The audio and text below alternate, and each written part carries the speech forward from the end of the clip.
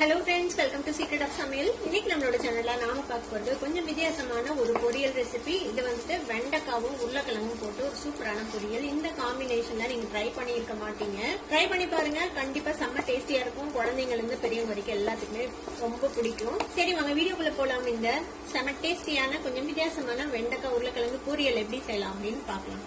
ஒரு பேன்ல ஒரு 1.5 table spoon அளவுக்கு எண்ணெய் விட்டுருக்கேன். இதுக்கு கொஞ்சம் எண்ணெய் அதிகமா விட்டீங்கன்னா தான் நல்லா இருக்கும்.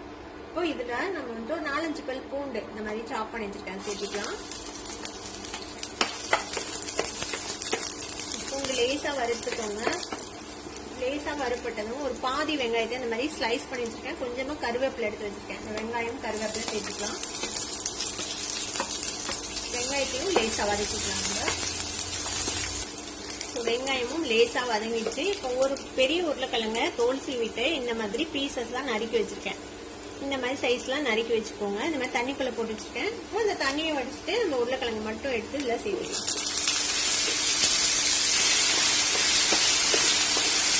இந்த உருளைக்கிழங்கையும் இதோட சேர்த்து வதக்கி விடுங்க.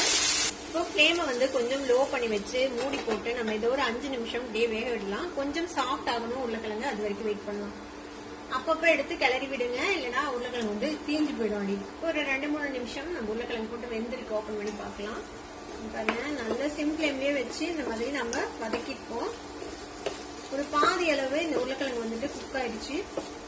இப்போ இது கூட ஒரு 150 கிராம் அளவுக்கு வெண்டைக்காவை நல்லா வாஷ் பண்ணிட்டு ஒரு துணி வச்சு தொடச்சிட்டு இந்த மாதிரி சைஸ்ல வெட்டி வச்சிருக்கேன். இந்த மாதிரி ரொம்ப பொடி பொடியா வெட்டிடாதீங்க, இந்த அளவுக்கு சைஸ்ல வெட்டிக்கோங்க. இப்போ இந்த 150 கிராம் வெண்டைக்காவை இதோட சேர்த்துக்கலாம். இதோட சேர்த்து மிக்ஸ் பண்ணி விடலாம்.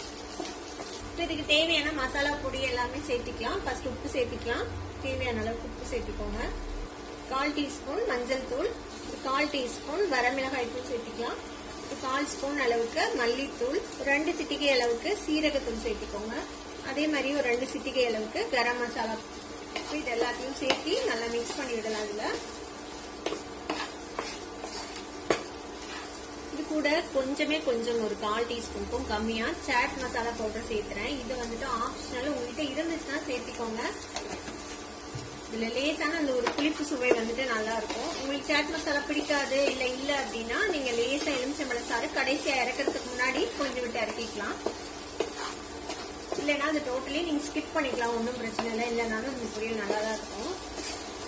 இப்போ இந்த வெண்டைக்காய் வந்துட்டு நல்லா வதங்கணும். இந்த உருளைக்கிழங்கும் இன்னும் குக் ஆகணும்ல சாப்பிட்டா, அது வரைக்கும் நம்ம இதை வந்துட்டு நல்லா வதக்கிட்டு போறோம். மூடி வச்சுக்கலாம். நம்ம இப்போ மூடி போட்டு அப்பப்ப கிளறி விடுங்க. எடுத்து ஒரு 4 நிமிஷம் வேகட்டும்.